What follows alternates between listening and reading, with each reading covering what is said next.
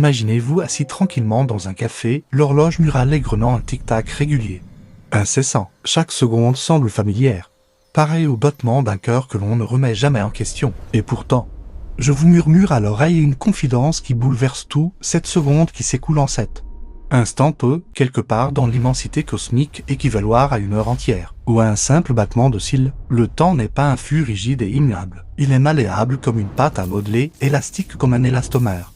Et parfois il semble presque s'immobiliser. Suivez-moi, je suis Kitten, et nous allons aujourd'hui nous lancer dans l'aventure la plus étrange que la physique ait jamais conté, l'histoire de la manière dont le temps se courbe sous l'effet de la vitesse de masse colossale. Fermez les yeux un instant. Sentez-vous le bourdonnement sourd des propulseurs de fusée? Nous décollons. Deux vaisseaux spatiaux glissent côte à côte dans l'obscurité d'encre de l'espace. Vous êtes à bord du vaisseau A, votre meilleur ami dans le vaisseau B. Vous vous faites signe à travers les hublots ronds, vous riez, vous échangez des messages vocaux. Tout est normal. Les horloges battent à l'unisson. Soudain, les propulseurs du vaisseau B s'allument. Un grondement profond et vibrant traverse la coque. Des flammes bleutées jaillissent et le vaisseau s'éloigne à une accélération vertigineuse. Vous le regardez s'éloigner et vous vous figez. De votre point de vue, tout ralentit. Le sourire de votre ami s'étire comme du miel tiède. Sa main, qui agitait encore un salut, se meut au ralenti. Même les éclairs des feux de position clignotent paresseusement, comme s'il nageait dans un sirop épais. La voix de son dernier message résonne plus grave et tirée,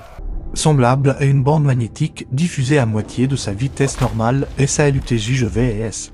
Baby N, vous secouez la tête. La liaison serait-elle défaillante? Non, c'est le temps lui-même qui s'est modifié. À l'intérieur du vaisseau B, en revanche, votre ami s'adosse confortablement.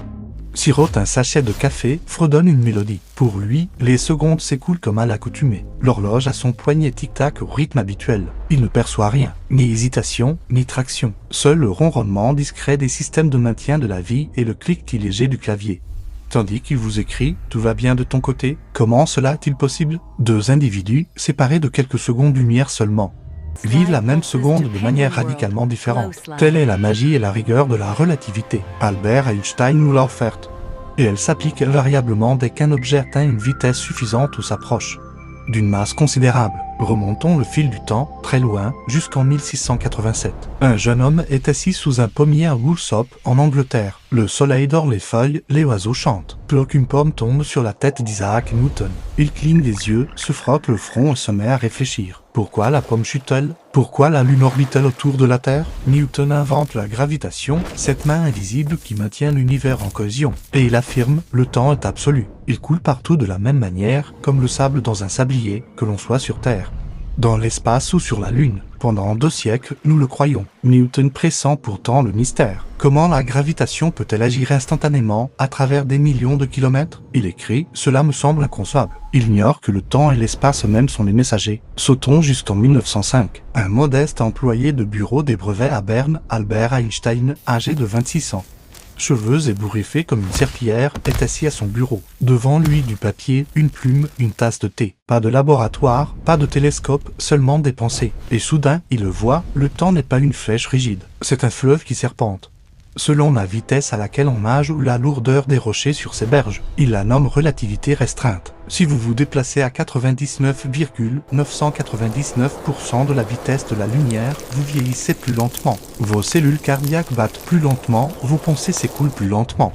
Même les atomes de vos os vibrent avec moins d'énergie. Pour un observateur extérieur, des décennies s'écoulent tandis que vous ne faites que boire un café. Des expériences menées avec des horloges atomiques embarquées dans des avions supersoniques ou des particules accélérées au CERN confirment cette dilatation temporelle avec une précision de l'ordre de 10. 10 ans plus tard, en 1915, il publie la relativité générale. Il s'agit désormais de masses gigantesques. Représentez-vous l'espace-temps comme un immense trampoline. Le Soleil y creuse une cuvette profonde. La Terre y roule c'est son orbite. Mais ce n'est pas seulement l'espace qui se courbe. Le temps, dans la cuvette, s'écoule plus lentement. Plus la dépression est profonde, plus les secondes sont visqueuses. Cette prédiction a été vérifiée dès 1959 par l'expérience Paul-Rebka, qui a mesuré un décalage gravitationnel de la fréquence des rayons gamma dans un puits de mine de 22,5 mètres. La dépression est la plus prononcée près des trous noirs. Imaginez-vous flottant en combinaison spatiale à quelques kilomètres seulement de l'horizon des L'accent aigu milliard 0 100 millions 0 100 000 0 100. En dessous, une noirceur absolue, un point d'où rien ne s'échappe.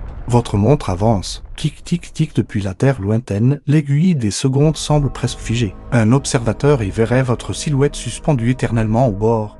Les cheveux fouettés par les forces de marée, les yeux écarquillés. Pour vous, pourtant, les secondes filent. Vous tombez de plus en plus vite et vous disparaissez. Les calculs de la métrique de Schwarzschild montrent que, à l'approche de l'horizon, le facteur de dilatation atteint des valeurs infinies pour un observateur distant. Saviez-vous que nous mesurons cela quotidiennement? Les satellites GPS orbitent à 2200 km au-dessus de la Terre. Là-haut, la gravitation est plus faible.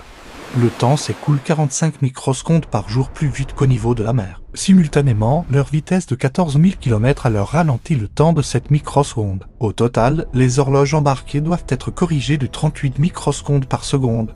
Sinon, votre système de navigation dévierait de 10 km en une journée. Les ingénieurs intègrent Einstein pour que vous arriviez à l'heure à l'anniversaire. Depuis 2018, les systèmes Galileo et Beidou appliquent des corrections encore plus fines, tenant compte des effets de second ordre de la relativité générale. Mais ce n'est que le commencement. Remontons 13,8 milliards d'années en arrière. Le Big Bang, un point plus chaud que des milliards de soleils, plus dense qu'un noyau atomique. Dans cette boule de feu minuscule, la gravitation est si intense qu'une seconde à l'extérieur équivaut à des millions d'années. L'espace et le temps ne sont pas encore distincts, ils forment un bouillon primordial. Ce n'est qu'avec l'expansion, le refroidissement et la raréfaction de l'univers que le temps commence à s'écouler normalement. Les observations du fond diffus cosmologique par le satellite Planck 2013-2018 ont affiné l'âge de l'univers à 13,787 plus ou moins 0,020 milliards d'années. Regardez à travers le télescope spatial James Webb, qui depuis 2022 photographie les confins les plus reculés. Nous voyons des galaxies qui brillaient il y a 13,5 milliards d'années. Leur lumière a mis presque toute la durée de vie de l'univers à nous parvenir. Et parce que l'univers s'étend, cette lumière est étirée, c'est le décalage vers le rouge. Les longueurs d'onde s'allongent, les tons s'approfondissent. Et avec eux s'étire le temps que nous mesurons. Les quasars, ces noyaux hyperlumineux de galaxies jeunes, nous apparaissent au ralenti.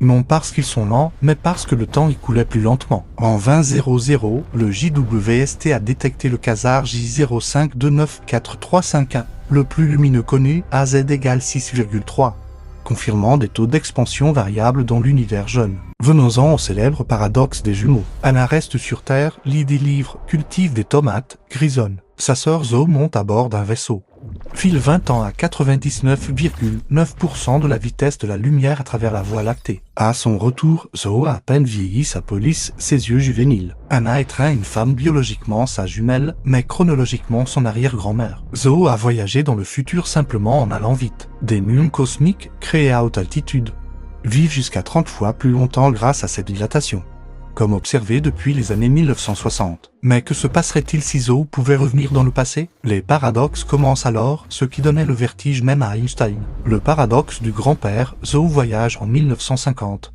rencontre son grand-père avant qu'il n'ait épousé sa grand-mère et, par inadvertance, empêche le mariage. Conséquence, Zoe n'est jamais née. Mais si elle n'est jamais née, qui a effectué le voyage? Un cercle sans commencement. Le paradoxe de l'information bootstrap. Zoe remet au jeune Shakespeare un recueil contenant toutes ses pièces. Shakespeare le copie, devient célèbre, le livre est imprimé.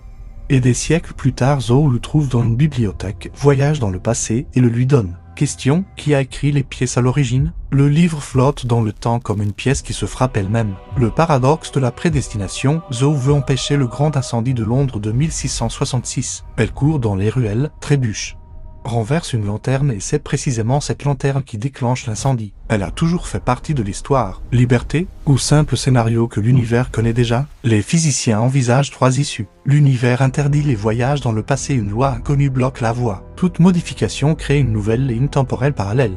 Le grand-père meurt dans le monde B, Zoe persiste dans le monde A. Tout forme une boucle temporelle fermée, rien ne peut être changé, car cela a toujours été ainsi. Nous l'ignorons, mais nous savons que les voyages dans le futur se produisent quotidiennement. Chaque astronaute, chaque particule rapide au CERN, chaque satellite avance d'un infime fragment dans notre futur. Et chaque fois que vous vous tenez au sommet d'une montagne, vous vieillissez imperceptiblement plus vite qu'au fond de la vallée. Les horloges atomiques du NIST ont mesuré en 2010 un écart de 90 milliardièmes de seconde sur 79 cm d'altitude. Imaginez que nous puissions un jour construire un vaisseau atteignant les étoiles voisines en quelques années, l'équipage reviendrait jeune et curieux, découvrant une terre vieillie de siècles. Ville de verre, océan peuplé de fermes d'algues, humains dotés d'implants cérébraux. Ils apporteraient des récits de mondes étrangers et nous leur offririons les nôtres. Un commerce avec le temps, où nous apprendrons à stabiliser les trous de verre, ces tunnels à travers l'espace-temps proposé par Einstein et Neil Rosen en 1935. Une extrémité près de la Terre, l'autre près d'Alpha du Centaure. Vous y entrez, et tandis que des années s'écoulent sur Terre, vous arrivez en minutes, où vous orientez le trou de verre de sorte qu'une extrémité vieillisse plus vite que l'autre et